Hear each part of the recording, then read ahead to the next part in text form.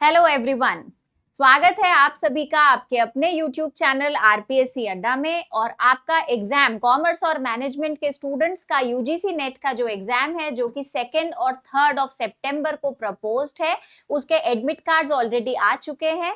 उसी के ही लिए स्टूडेंट्स के लगातार आते हुए कॉल्स और कमेंट्स को देखते हुए आपके लिए एक सेशन लेकर आई हूं, जिसमें हम 26 वीवीआईपी टॉपिक्स का डिस्कशन करेंगे, जो कि आने वाले आपके ये जो 2 दिन हैं उसमें आपको एनी हाउ पढ़ के ही जाने हैं, क्योंकि इनसे 100% क्वेश्चन आने की प्रोबेबिलिटी है। आप ये मान के चल सकते हैं कि आपका इस वाले जो टॉपिक्स मैं अभी आपके साथ डिस्कस करूंगी उसमें आपके जो क्वेश्चंस हैं वो सर्टेनली आएंगे।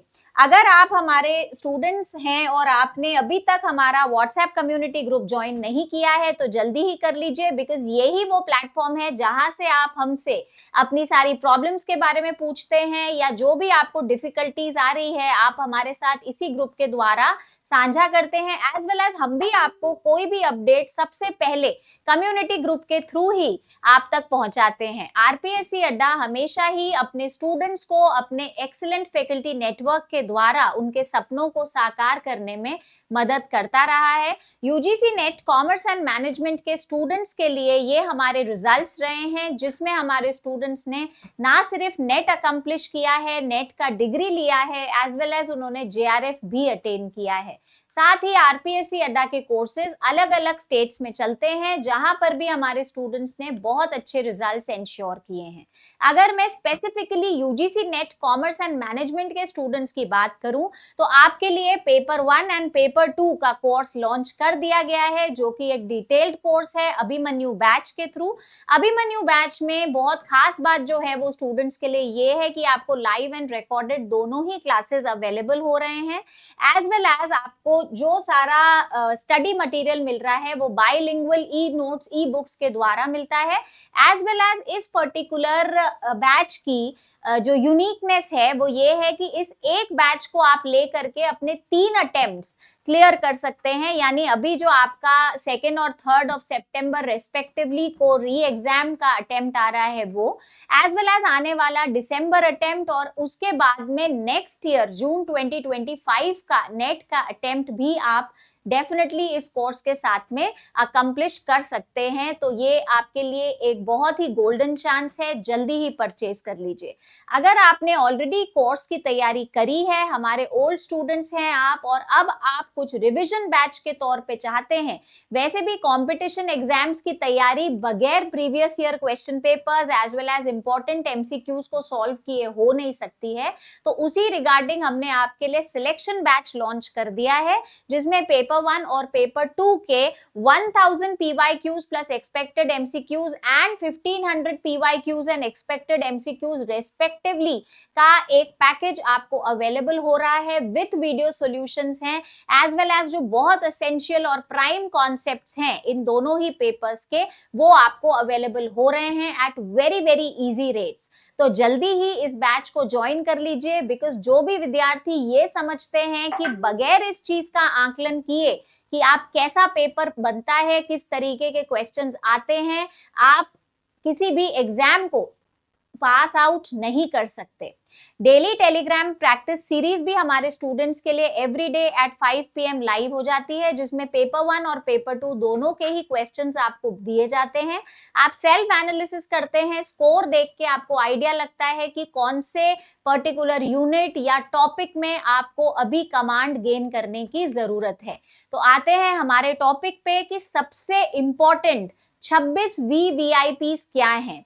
देखिए, ऐसा मानना है साइकोलॉजिस्ट का कि जब भी हम पढ़ाई एक पैटर्न मोड में करते हैं, एक पैटर्न उठा करके करते हैं, तो डेफिनेटली हमारे उसमें रिटेन करने के जो चांसेस होते हैं, लर्न करने की कैपेसिटी होती है, दोनों ही हमारी बढ़ जाती है। तो आज मैं आपको 26 ऐसे कोर कॉन्सेप्ट्स बताने वाली हूं, जिनसे आप अपने आने वाले अटेम्प्ट में सर्टेनली क्वेश्चंस एक्सपेक्ट कर सकते हैं, और आएंगे ही आएंगे, ये मेरा मेरा आपसे एक बहुत ही स्ट्रॉन्ग कमिटमेंट है कि अगर आप इन टॉपिक्स के मीनिंग और बेसिक फीचर्स डिपेंडिंग ऑन की टॉपिक क्या है, उसकी लेंथ एंड ब्रेथ क्या है, जो मैं भी आपके साथ डिस्कस करूंगी, अगर आप इन टॉपिक्स को सीरियसली लेकर के जाते हैं तो आपको एग्जाम में 100% बहुत सारा फायदा होने ही वाला है। ये जो मैंने आपके लिए सेट किए हैं टॉपिक्स, ये सारे टॉपिक्स आपके लिए A to Z डिटेल में अल्फाबेट लिस्ट के हिसाब से सेट किए हैं, ताकि आपको भी ये याद रहेगा और आप अपने माइंड की कैपेसिटी को सर्टेनली टेस्ट करिएगा।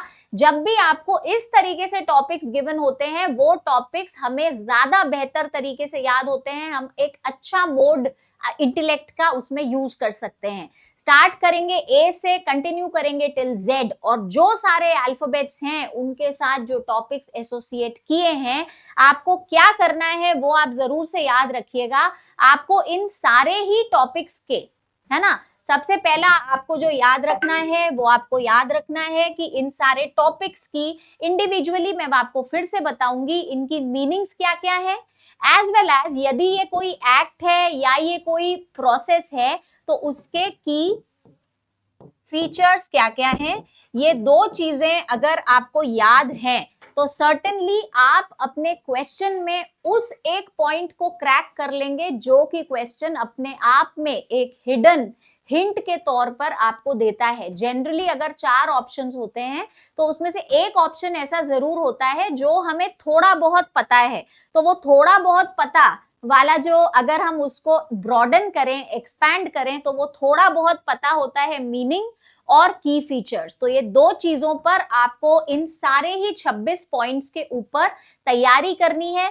2 दिन आपके पास और हैं, आपको उन 2 दिन में अपने इन सारे टॉपिक्स के मीनिंग एज वेल एज की फीचर्स बिल्कुल माइंड में सेटल डाउन करने हैं। सबसे पहला है ए से ऑडिटिंग, उसके रीसेंट ट्रेंड्स। ऑडिटिंग क्या है, ऑडिटिंग का मीनिंग ध्यान करेंगे, और जो रीसेंट ट्रेंड्स इन ऑडिटिंग है जिसपे मैंने आपके लिए एक स्पेशल वीडियो बना रखा है, एप्लीकेशन पर अवेलेबल है, जिसमें हमने recent trends in auditing discuss किया है इंपॉर्टेंट कॉन्सेप्ट के साथ में। सिलेक्शन बैच में जरूर वो आप देखेंगे तो आपको की ट्रेंड्स जो भी आ रहे हैं वो सब याद रहेंगे। साथ ही आपको इसमें एक चीज और ध्यान रखनी है कि कोई भी टॉपिक किसी भी यूनिट का अगर वो की ट्रेंड्स के ऊपर बात करता है, नए सारे के सारे डेवलपमेंट्स के ऊपर बात करता है, जैसे आपके कोर्स में है रीसेंट ट्रेंड्स इन मार्केटिंग, फिर आपके कोर्स में है बैंकिंग में क्या रीसेंट ट्रेंड्स आए हैं डिजिटलाइजेशन वगैरह से संबंधित, जिसमें क्लाउड कंप्यूटिंग भी आया है, फिर आपके मोबाइल बैंकिंग वगैरह उससे जुड़ी भी बहुत सारी बातें आई हैं।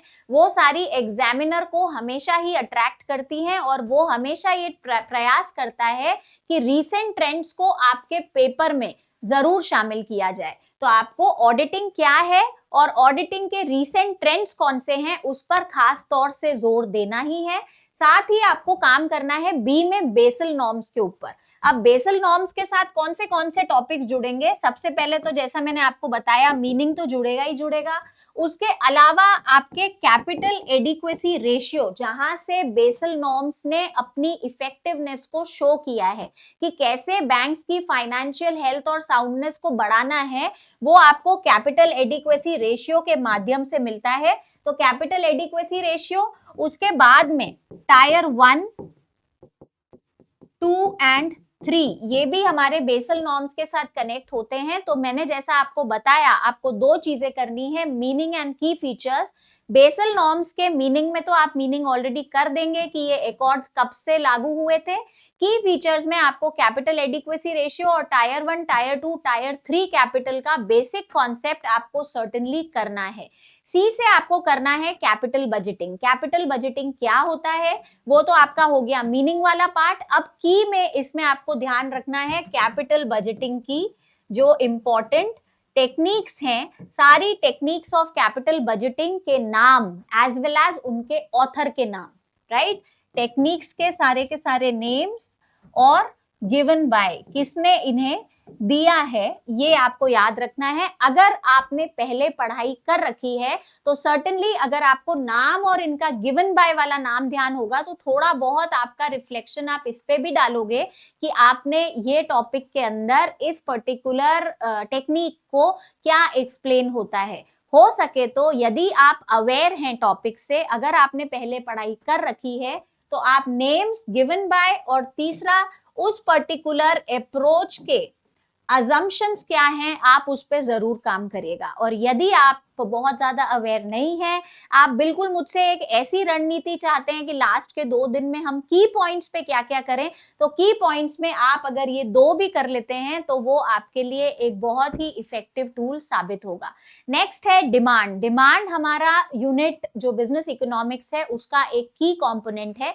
वैसे तो डिमांड के जो एसेंशियल टॉपिक्स हैं उसमें मीनिंग तो आएगा ही आएगा, साथ ही आता है मूवमेंट्स और शिफ्ट्स ऑफ डिमांड कर्व, उसके बाद आते हैं इलास्टिसिटी ऑफ डिमांड। लेकिन क्योंकि समय कम है और मैं आपको इंपॉर्टेंट पॉइंट्स को भी फिल्टर करके वीवीआईपी वाले पॉइंट्स बता रही हूं, तो उसमें आप डिमांड में क्या करेंगे, डिमांड में आप 2 चीजें जरूर करिएगा। एक तो डिमांड का मीनिंग आपको करना है, साथ ही आपको इसमें law of demand, important assumptions, exceptions वगैरह जो सारा हम पढ़ते आए हैं वो एवरीथिंग। लेकिन आप एक कॉन्सेप्ट के ऊपर जरूर ध्यान दीजिएगा, वो है इलास्टिसिटी ऑफ डिमांड, क्योंकि इससे क्वेश्चन बहुत हद तक नेट में पूछे जाते हैं। इलास्टिसिटी में जो आपकी तीनों इलास्टिसिटीज हैं, price elasticity of demand, cross elasticity of demand और इनकम इलास्टिसिटी ऑफ डिमांड, आपको तीनों का ही मेंशन यहाँ पर ध्यान रखना है। तो ये इस तरीके से अगर आप अभी अपनी फास्ट फॉरवर्ड मोड पर पढ़ाई को एक स्पीड देना चाहते हैं, मोमेंटम देना चाहते हैं, तो ये एकमात्र आपके लिए तरीका है। ई अल्फाबेट पे पहुंचते हैं तो इकोनॉमिक पॉलिसीज, कौन सी इकोनॉमिक पॉलिसीज हैं? इकोनॉमिक पॉलिसीज में आपके पास में 3 पॉलिसीज हैं जो बहुत इंपॉर्टेंट है। सबसे पहले जो क्वेश्चन पूछा जाता है वो आपसे पूछा जाता है फिस्कल पॉलिसी पे, मॉनेटरी पॉलिसी पे, और क्वेश्चन आता है फॉरेन ट्रेड पॉलिसी पे।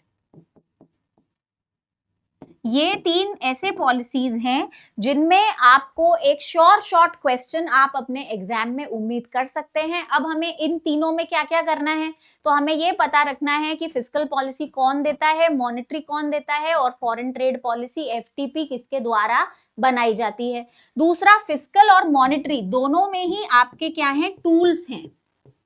तो दोनों के ही टूल्स आपको ध्यान में रखने हैं, नाम तो एटलीस्ट ध्यान में रखने ही हैं। अगर मीनिंग नहीं भी है, फॉर एग्जाम्पल आपने पहले कभी नहीं पढ़ रखा है या बहुत समय से पढ़ाई में गैप आ गया या ब्ला ब्ला और कोई रीजंस हैं आपके पास में, तो एनी हाउ आपको इन पॉलिसीज के नाम जरूर ध्यान रखने हैं। नाम में फिस्कल पॉलिसी के 4 टूल्स हैं, मॉनेटरी पॉलिसी के 2 कोर टूल्स हैं, क्वांटिटेटिव और क्वालिटेटिव, और उसके अंदर फिर बहुत सारे टूल्स और भी आते हैं। तो आपको कोशिश ये करनी है कि आप इन पॉलिसीज में किसने ये पॉलिसीज दी हैं, कौन इन पॉलिसीज को क्रिएट करता है, ये क्यों क्रिएट की जाती हैं, व्हाट, हाउ एंड फॉर हुम, जो 3 सेंट्रल फंक्शंस हैं हमारी इकोनॉमी के, जो 3 core central problems of economics हैं, उनके हिसाब से आपको ये सारे के सारे याद रखने हैं। और भी ये तो क्या, जब मैं आपको पूरे 26 पढ़ा दूंगी जो इंपॉर्टेंट टॉपिक्स हैं, तो उन 26 की वीवीआईपी लिस्ट में आपको व्हाट, हाउ एंड फॉर हुम 3 सेंट्रल फंक्शंस आपको याद में रखने ही हैं। आपका आंसर उसी के साथ में होके ही निकलने वाला है। तो इसीलिए ये जो 2 चीजें हैं, मीनिंग एंड की फीचर्स, इसके साथ में आपको की फीचर्स में ये जरूर याद रखना है, व्हाट, हाउ एंड फॉर हुम। हर एक टॉपिक का व्हाट, हाउ, फॉर हुम, हर एक सिंगल कॉन्सेप्ट का व्हाट, हाउ एंड फॉर हुम हमें बहुत अच्छे से याद रखना है।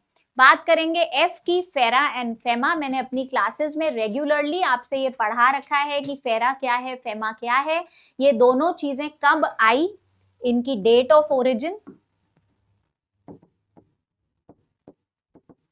किसने किसको रिपील किया, और बेसिक डिटेल्स जिसे मैं की फीचर्स बोल रही हूं बार बार, वो आपको ध्यान रखने हैं कि फेरा किस पर जोर देता था, फेमा किस पर जोर देता था। ये दोनों चीजें आप याद रखेंगे, डेट ऑफ ओरिजिन याद रखेंगे और साथ में याद रखेंगे कि उनकी बेसिक डिटेल्स क्या क्या हैं। नेक्स्ट है जी से 2, गिफन गुड्स और जीएसटी। गिफन गुड्स वैसे आपका पार्ट है बिजनेस इकोनॉमिक्स का, और जीएसटी अपने आप में एक एक्ट है। जैसा मैंने आपसे कहा, एग्जामिनेशन में स्पेसिफिकली कॉम्पिटिटिव कॉम्पिटिटिव एग्जामिनेशन में ये रूल होता है, ये नियम होता है कि जो भी लेटेस्ट चीजें होती है ना, एग्जामिनर उस एग्जाम की वैलिडिटी को, उसकी इंपॉर्टेंस को बढ़ावा देने के लिए जो नए कॉन्सेप्ट्स हैं उन्हें सर्टेनली यूज करता है। तो नए कॉन्सेप्ट्स के तहत जीएसटी क्या है, बहुत इंपॉर्टेंट है। आपको क्या क्या करना है जीएसटी में, तो आपको जीएसटी में जो लेकर के आना है वो आपको यूज करना है कि इसके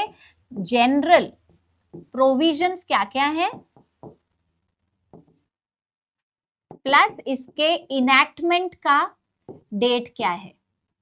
माइंड इट, आपको सिर्फ ईयर याद नहीं रखना है, आपको डेट याद रखना है, क्योंकि नेट का एक पैटर्न है कि वो आपसे ईयर के साथ कई बार अपने स्टूडेंट्स के नॉलेज को टेस्ट करने के लिए डेट्स के ऊपर भी क्वेश्चन पूछता है कि एग्जैक्टली किस डेट को ये इनैक्ट हुआ है। तो आपको जीएसटी हो, चाहे डीमोनेटाइजेशन हो, या फिर कोई और रिसेंट ट्रेंड हो जो कि बहुत ज्यादा वाइटल नेशनल इंपॉर्टेंस का है, आपको वो यूज करना है। रही बात गिफन गुड्स की, तो गिफन गुड्स टिपिकल तरीके के इंफीरियर गुड्स होते हैं और इसका जो सोर्स है वो बिजनेस इकोनॉमिक्स है। आपको गिफन गुड याद रखना है। क्वेश्चन मैं आपको इसलिए बता रही हूँ कि ये बहुत इंपॉर्टेंट है क्योंकि लगातार नेट में एक क्वेश्चन आ रहा है कि कौन से ऐसे गुड्स हैं जिसके अंदर इनकम इफेक्ट पॉजिटिव है, सब्स्टिट्यूशन इफेक्ट नेगेटिव है, इनकम इफेक्ट नेगेटिव है, प्राइस इफेक्ट पॉजिटिव है, या तीनों ही इफेक्ट चल रहे हैं। इस तरीके के क्वेश्चन एग्जाम में बहुत पूछे जाते हैं। इसलिए आप क्या करेंगे, आप गिवन गुड का फिर से मीनिंग तो करेंगे ही करेंगे, मीनिंग के साथ साथ विच इफेक्ट एम्पावर्स, ये भी आपको करना पड़ेगा। कौन सा इफेक्ट जो है वो एम्पावरिंग मोड पर है, पावरफुल मोड पर है गिफन में, वो आपको ध्यान रखना है। गिफन के अंदर गिफन पैराडॉक्स भी है, अगर आप उस पर भी एक दो लाइन अपने माइंड में मेमोराइज करें तो वो बहुत अच्छा है। देखिए, इस वीडियो के मीडियम से मैं आपको ये मैसेज देना चाह रही हूँ कि एग्जाम में जितनी इंपॉर्टेंस डिटेल्ड स्टडी की होती है उतनी ही इंपॉर्टेंस ऐसी टू द पॉइंट स्टडी की भी होती है। इसलिए आपको इस तरीके की क्रैश से भी ज्यादा क्रैशेस्ट कोर्स की भी जरूरत पड़ सकती है, तो उस सेंस में आपको इस पे वर्क करना है। जब हम एच की बात करेंगे तो आपके स्टैटिस्टिकल मेथड्स एंड रिसर्च वाले यूनिट में से एक टॉपिक है हाइपोथेसिस टेस्टिंग, वो बहुत बहुत इंपॉर्टेंट है। हाइपोथेसिस टेस्टिंग में जो बहुत इंपॉर्टेंट एस्पेक्ट आपको करने हैं वो आपको कौन से करने हैं, एक तो मीनिंग करनी है, नल हाइपोथेसिस और ऑल्टरनेट हाइपोथेसिस क्या होता है वो पता लगाना है। तो इसको मैं लिख रही हूँ टाइप्स, क्योंकि टाइप्स में आपके पास नल हाइपोथेसिस और ऑल्टरनेट दो हैं।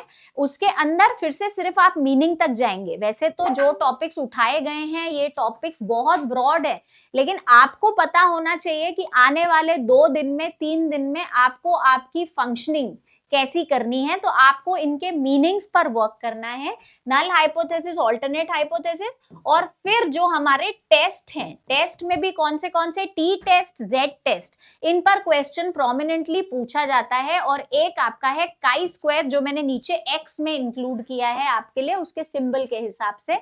तो आपको टेस्ट पे जरूर वर्क करना है। आपके कौन से टेस्ट, टी डिस्ट्रीब्यूशन हमेशा पूछा जाता है, लेस देन 30 की सैंपल साइज पर क्या होगा, मोर देन 30 की सैंपल साइज पर क्या होगा, वो टेस्ट आपको वर्क करने हैं। तो कुल मिलाकर के hypothesis testing will include 3 important topics. पहला आपका मीनिंग, दूसरा उसके टाइप्स, और तीसरा जो कि टेस्ट इसमें इंक्लूसिव है।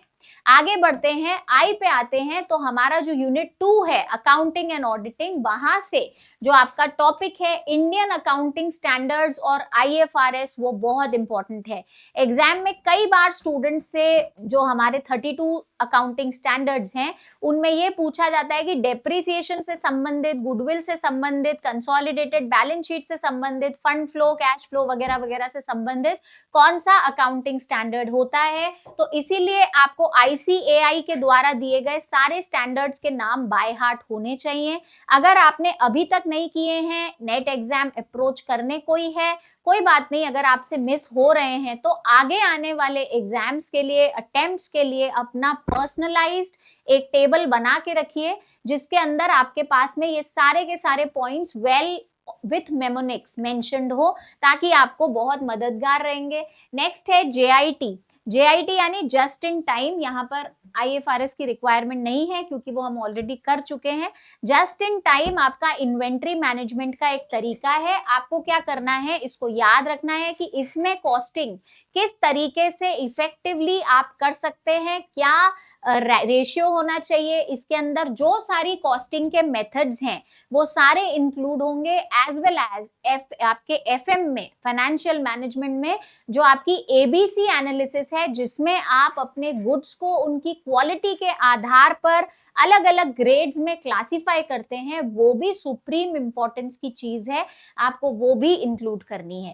केस है काइजन कॉस्टिंग, इसमें फिर से क्या याद रखना है, इन सारे दोनों एस्पेक्ट्स में आपको याद रखना है इनका मीनिंग प्लस इनका यूटिलिटी।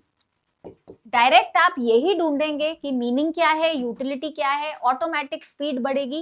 कोशिश ये करिएगा कि आज ही ये वीडियो देख के आज इन 26 पॉइंट्स पर इफेक्टिव वर्किंग आप कर पाए, क्योंकि अगर आपको जो पॉइंट्स मैं बता रही हूँ वो आप कर लेते हो तो एटलीस्ट आप अपने पेपर में ऐसी हालत में होंगे कि आप क्वेश्चन को पढ़ के उस पर थोड़ा सा ब्रेनस्टॉर्मिंग करने की हालत में आ जाएंगे। ब्लैंक जोन किसी भी बच्चे का नहीं रहेगा।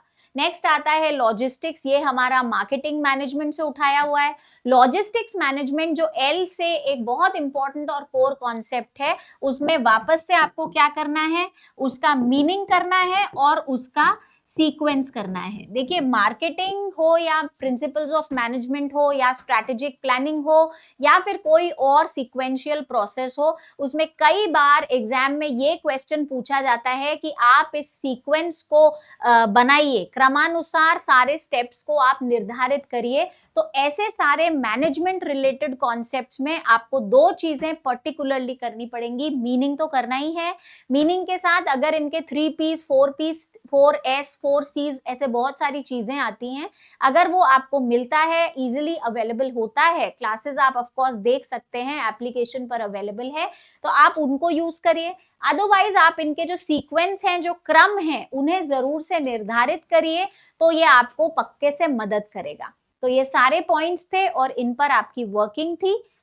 नेक्स्ट है M में आपको करना है मार्केटिंग मिक्स। अब मार्केटिंग मिक्स के अंदर हमारा वापस से कॉन्सेप्ट क्या जाएगा, मीनिंग का तो कॉन्सेप्ट आपका सर्टेनली जाएगा ही जाएगा। फिर आता है कि ये किसने दिया है, गिवन बाय भी करना है, फिर आपको 4Ps जो है वो भी करनी है, और हमारी जो एक्सटेंडेड सर्विस मार्केटिंग की 3Ps और जोड़ दिए, जो कुल मिला के हो गए 7Ps। आपको यहां तक पूरा का पूरा पहुंचना है।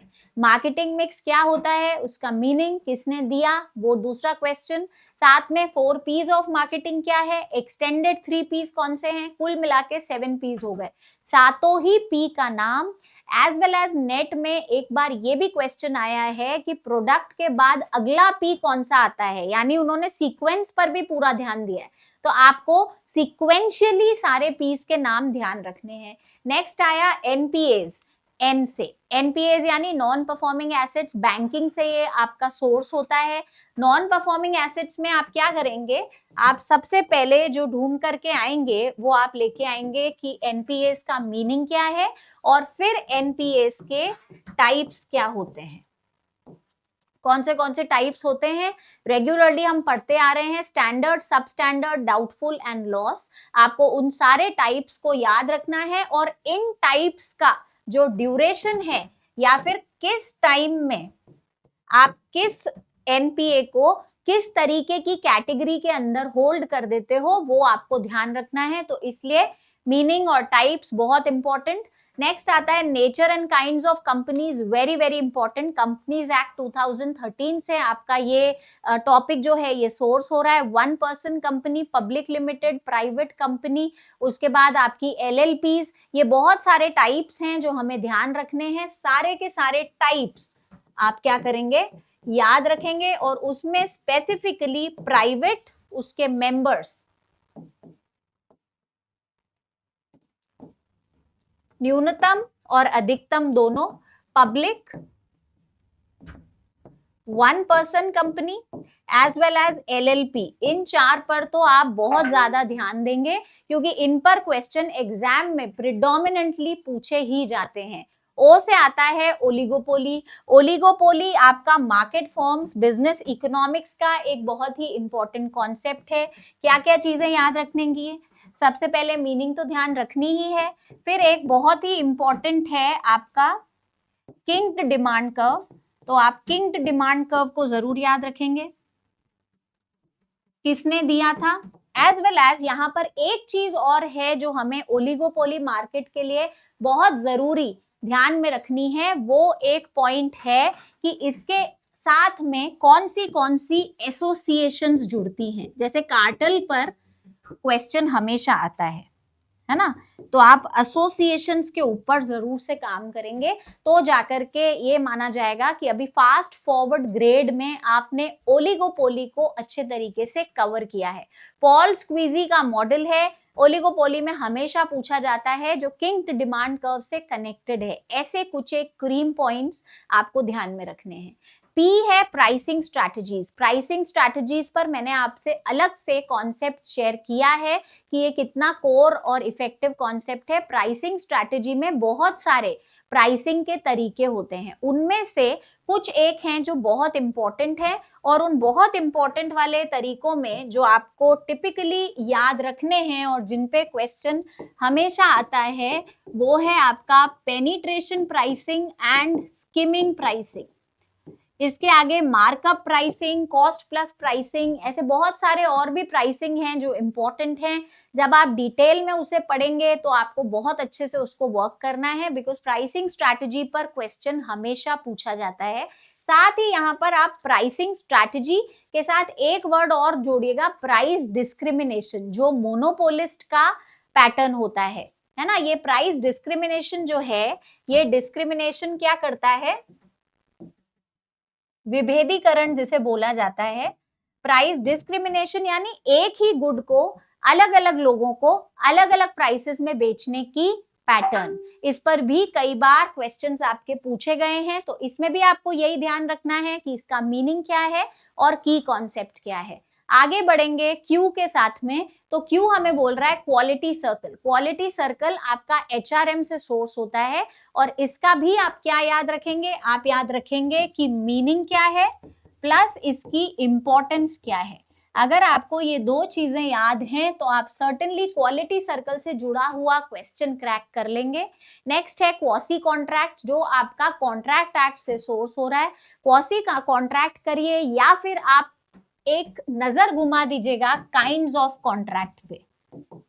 कौन से होते हैं kinds of contract, void, voidable और वैलिड। उन्हीं के साथ अनएनफोर्सिएबल और क्वासी भी आपको पढ़ाया जाता है। तो ये आप काइंड्स ऑफ कॉन्ट्रैक्ट बहुत लंबा नहीं पढ़ के सिर्फ और सिर्फ शॉर्ट में आप मीनिंग पढ़ते जाइए कि इसका मीनिंग क्या है, तो वो आपको बहुत बहुत मदद करेगा।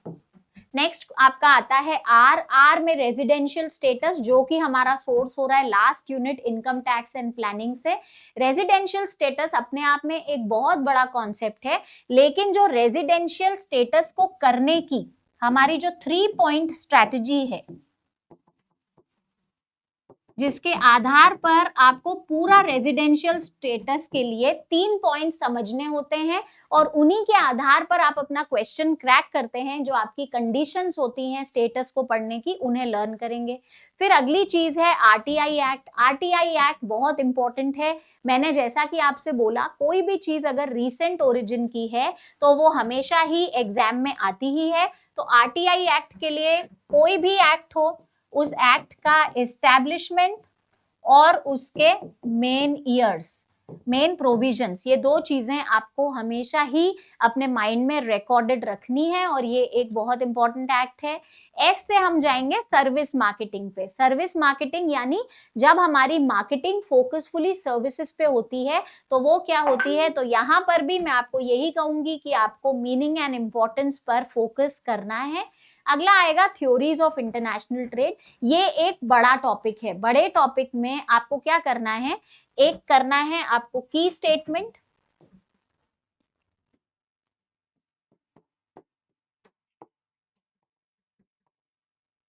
और जो भी आप रीजनल ट्रेड एग्रीमेंट या ब्लॉक की बात कर रहे हैं उसकी मेंबर कंट्रीज का जरूर हमें क्या करना पड़ेगा, नॉलेज यहाँ पर याद रखना पड़ेगा कि जो मेंबर कंट्रीज हैं वो कौन सी है, इंडिया किन में फाउंडर मेंबर है किन में नहीं है।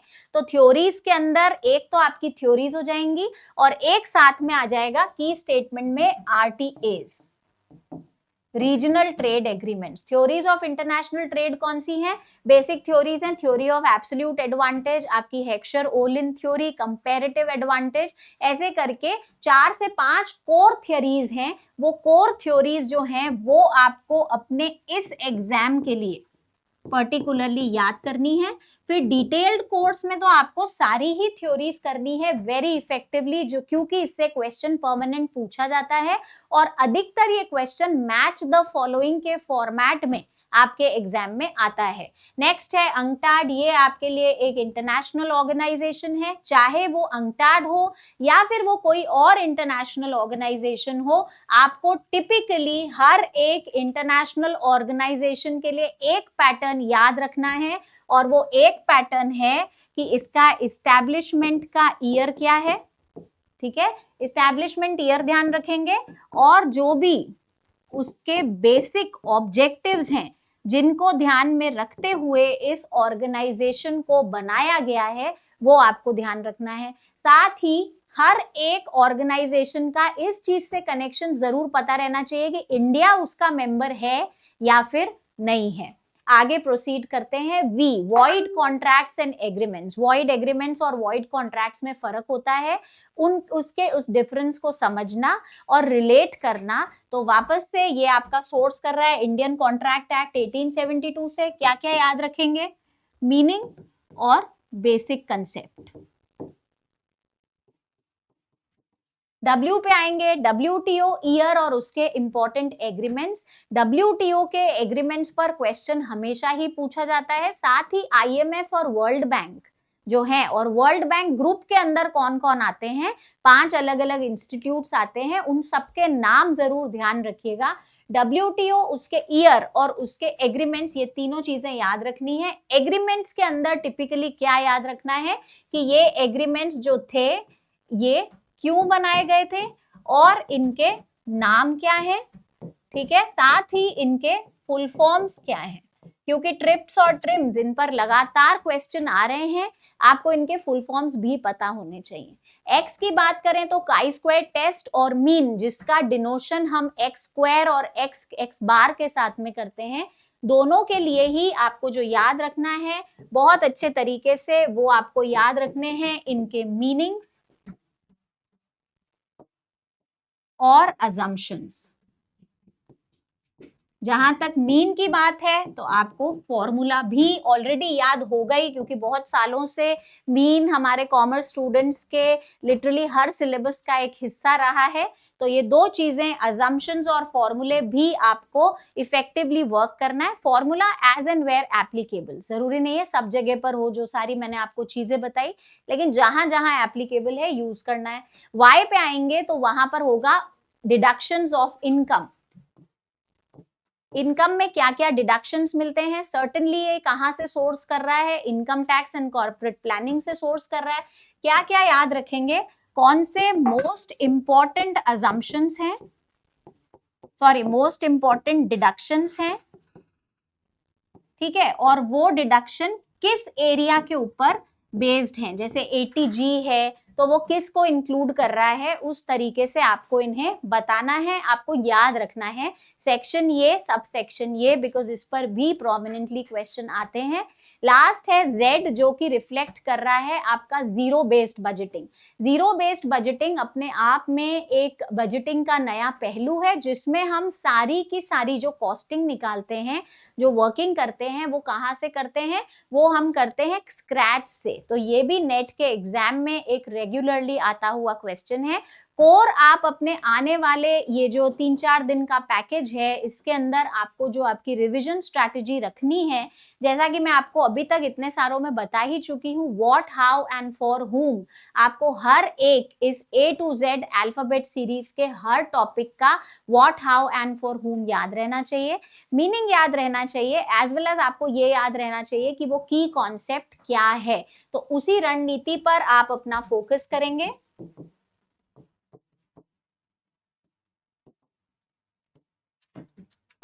ABC technique of fast revision, VVIP questions. उसके लिए क्या याद करना है? सबसे पहले आपको ये याद रखना है कि जो 3 हमारे कोर आइडियोलॉजीज हैं,